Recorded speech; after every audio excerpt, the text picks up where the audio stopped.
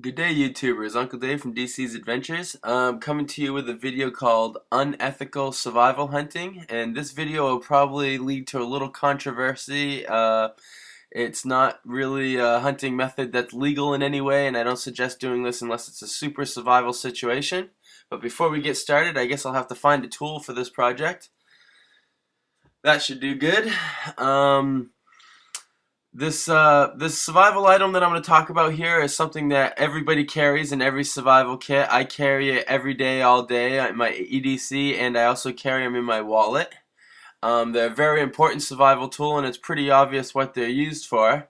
And the survival tool itself is a hook, fishing hook. They come in a lot of sizes, and I carry a bunch of different sizes usually on me. Okay, so most people are going to say it's pretty obvious what you're going to use fishing hooks for. If you're carrying them in your survival kit, you would say fishing. But there are other uses for fishing hooks, and although it can be considered unethical hunting practices, you can procure other meat with fishing hooks. Now we're going to get into looking into spots. Here is a pretty good spot. You can see there's a lot of game here. We've got geese, which is what we're going to go after today. And I'm going to show you a method that a old Vietnam vet taught me. It is considered a poaching method. It's something that shouldn't be used at all unless you're in a super survival situation. But it can make a little bit of supplies and a little bit of bait turn into a lot of meat. So it's good to know this skill. You can see these locations that we're looking at here. They're where water sources meet up with a cornfield. So these will be some perfect locations for this method. It's only about knee deep in these waters, which is perfect, exactly what we're looking for. Let's go back to the drawings, because obviously I'm not going to set up this kind of trap because it is highly illegal, and I want you guys to all remember that this is strictly for survival purposes only. Okay, so this is going to be our location. We got some geese moving, we got some ducks moving. First of all, we're going to take our axe and we're going to take a stick or a tree that we've cut down into a stick. There we go. We're going to carve it up. We're going to cut the end up and make a sharp point so we can drive this stake down into the ground. And I'm going to attach 3 hooks with some pretty heavy duty mono fishing line. And I'm talking about 20 pounds or around there, 20 pounds. So once we have the stake all put together, we're going to take the stake and we're going to pound it in the ground. Just like this. We've attached 3 or 4 pieces of corn to each hook. I've got the stake pounded down in water that's about ankle deep, okay? And the lines that are set on the stick are just short enough that they can't, that they won't reach the top of the water. Alright, so we've left our bait and our trap sitting overnight, and we've come back in the morning and we've got some geese. The geese will be sitting ass up, and the geese, they'll eat the corn, and by the time they realize there's a huge piece of metal in the middle of the corn, they're hooked, and then they can't pull their heads up out of the water, and sadly they drown. This is considered a pretty unethical way of hunting, because if the geese shake their head and do get free, they can cut their throats and cut the inside of their mouths up pretty bad, and it may lead to an infection, and it may kill the goose in a very inhumane way. So that's why these are considered poaching and very unethical hunting methods. But still, it's important information to know, because in an apocalyptic situation, a survival situation, any way you can feed yourself, you're gonna do it. You don't really care really so much about ethics at that point.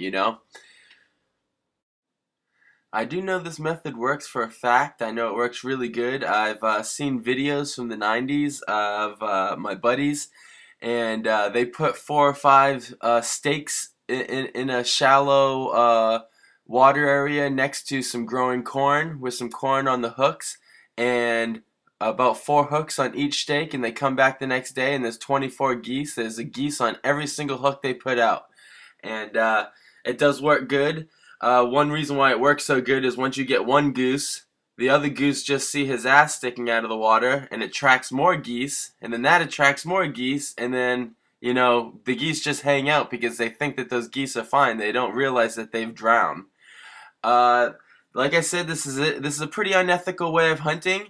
There's actually you can hunt for a lot more game with hooks too. I'm going to show you a quick video on that because I do know that you can go after fur-bearing animals pretty easily with this, including coyotes. I've seen videos of coyotes taken, and the method for coyotes is you just use a larger hook, and you usually will use you got to use a pretty thick piece of fishing line.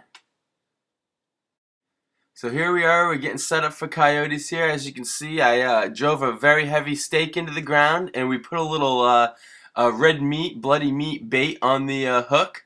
Now the hook in this circumstance is going to be a pretty medium to large size hook, and it's very important that you've picked a fishing line that's going to be heavy enough that your fur-bearing animal is not going to bite right through it. It might be even nice to use something that's a thin wire line. Here we are. We've been hiding behind the hill. You definitely want to have a hill to hide behind. Even if you leave it overnight and you come back later, you want to be able to sneak up on the location. The fox will come in. They'll smell the meat.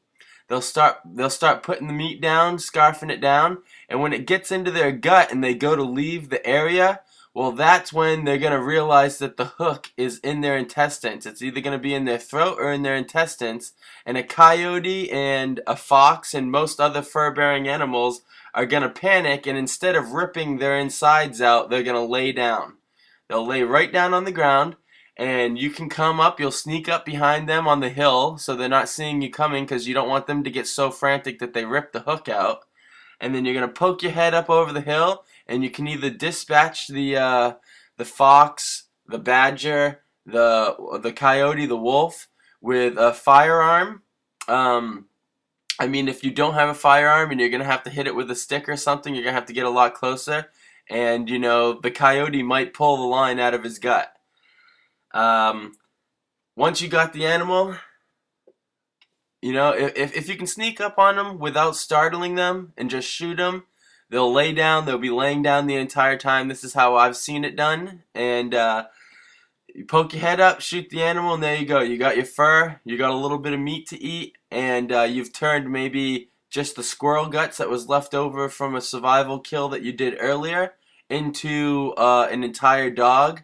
And you also have the fur that you can use for warming yourself. Like I said, this is a very unethical way of hunting. This is not something you should be practicing. This is just some knowledge I wanted to pass on. I have seen bunnies, I've seen mice, I've seen lots of animals caught with hooks. Alright, so this video is all about getting meat, using what you have on you. Like I said, hooks are something that people carry all the time. I carry them in my wallet all the time because when you're really surviving, putting a hook in the water, a little bit of bait, usually results in food. And this is super unethical. Like I said, I don't want to see videos of all these guys trying this method, and it's super against the law, and your local game warden is not going to be happy if he catches you doing anything like this. It can be very inhumane. The process can be very painful for the animals. I'd like to hear what you guys have to say about it, though, and maybe in the comments you guys can add different things, different ways of hunting that you know about, different strategies, and just different survival techniques. I would appreciate if maybe the vegetarians out there who are going to tell me that they would starve to death before they would go and use a method like this to feed themselves. I could probably do without all those comments, but let me know what you think, and I hope you enjoyed the video. I'm going to start doing more videos like this. I'm trying to put out videos that other people are not doing on YouTube right now. So rate, comment, subscribe, and I'll see you guys on the next video. Again, thanks for watching, and I'm going to leave you here with one more hook trap on our way out here.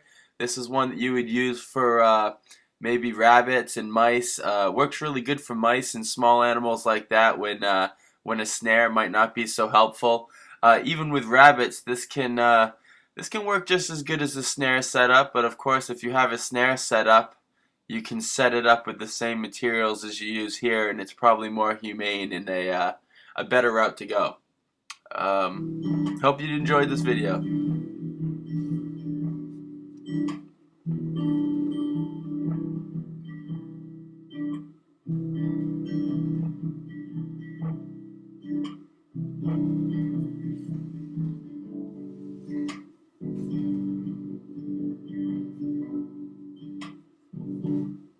Thy sight's not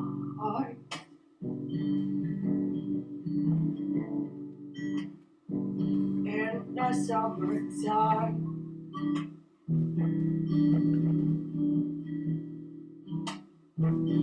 but it's still cold.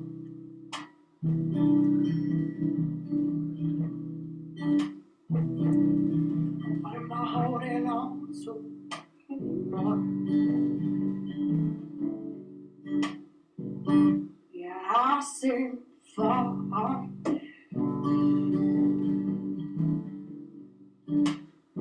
so that naked eye.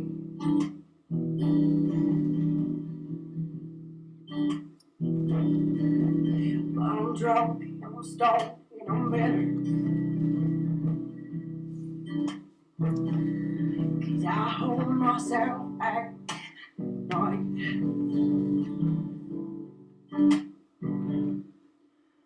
Or I can't run as fast as you can. Gotta work, chop, stick it, charge. It's like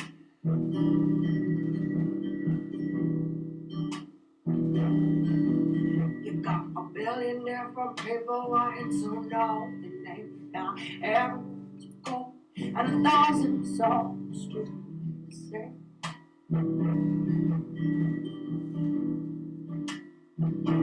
So sigh, hey, sigh.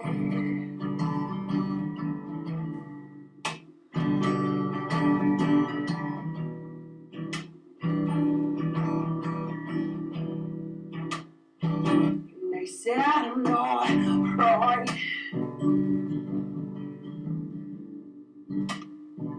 but I can't be wrong.